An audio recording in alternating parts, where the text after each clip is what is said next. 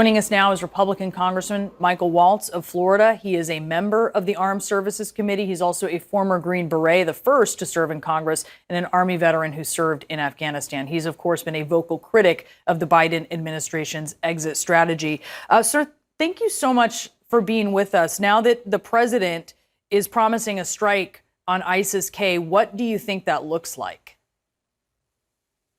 Well, I think your previous guest, Peter Bergen's absolutely right. It's ludicrous, and I think it's empty words. Unless they can conduct that strike in the next 48 hours, and if that's the case, then I would wonder why we didn't do it preemptively if we have that type of intelligence.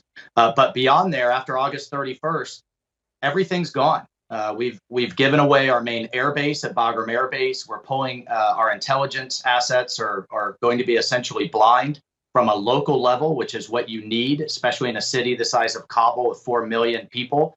Our special forces will be gone, and our drones will be coming in from such a long distance that they'll have very little time actually over the objective. So I think that was to look tough and to tell the nation that there'll be some type of response. But logistically, militarily, I think it's going to be incredibly challenging. And Bree, very quickly, that is, I think, a microcosm of what we're going to see over the next months and years. The intelligence is very clear. I was briefed 2 days ago. The Taliban and Al-Qaeda are tied at the hip. Al-Qaeda fully intends to rebuild and attack the West again.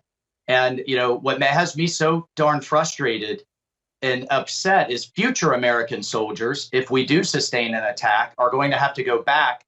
But now they have no bases, no local allies. And we're facing a terrorist army armed with billions of dollars of sophisticated American equipment. We are in a worse place now than we were in September 10th, 2001. So, but just to be clear on what you're expecting here, it sounds like you would be expecting not something obviously coming from the forces that are at the airport or special forces that are there. You're expecting something that would be more like a drone strike. That I think, you know, after August 31, that's really going to be the only capability that's left, right? We are literally leaving nothing behind. So from an intelligence, special forces, any type of local capacity, which is what you need, we won't have. And I think people need to understand when ISIS came roaring back in the wake of the pullout of Iraq, you know, we had bases, we had options around the region. We had the Kurds locally, we had, you know, Israel, Turkey, the Gulf states.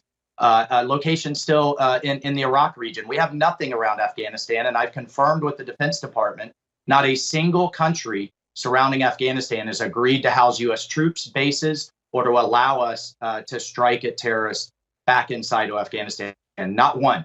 So we have nothing in the region now. We are blind, and our capability is greatly diminished, and that it leaves the homeland greatly at risk. Look, the administration has been clear.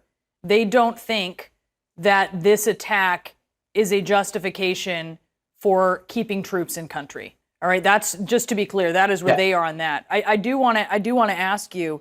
The mission continues. That is what we heard from the commander of CENTCOM yesterday. That they're still going to be evacuating people. So Americans, presumably green card holders, and the president promised that Afghans who are at risk will be evacuated.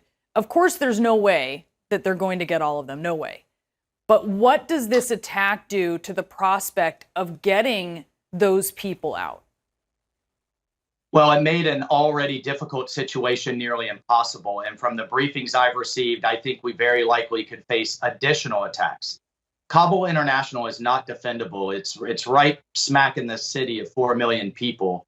I do think the mission should be get every American out.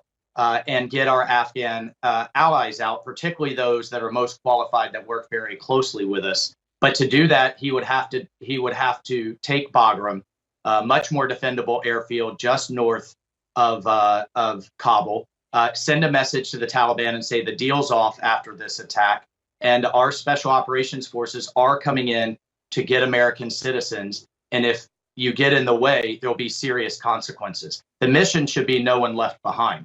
And as long as that takes. But to do that, the president's going to have to reverse course and move our assets to Bagram Airfield. And I've confirmed with the military that contingencies in place, they could do it.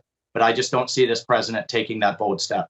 They say, though, just real quickly before I let you go, Yeah. And we've heard as well from Congressman Moulton and Meyer, who took that trip to Afghanistan, that look, if you were to try to make good on getting everyone out, you're going way past the 31st.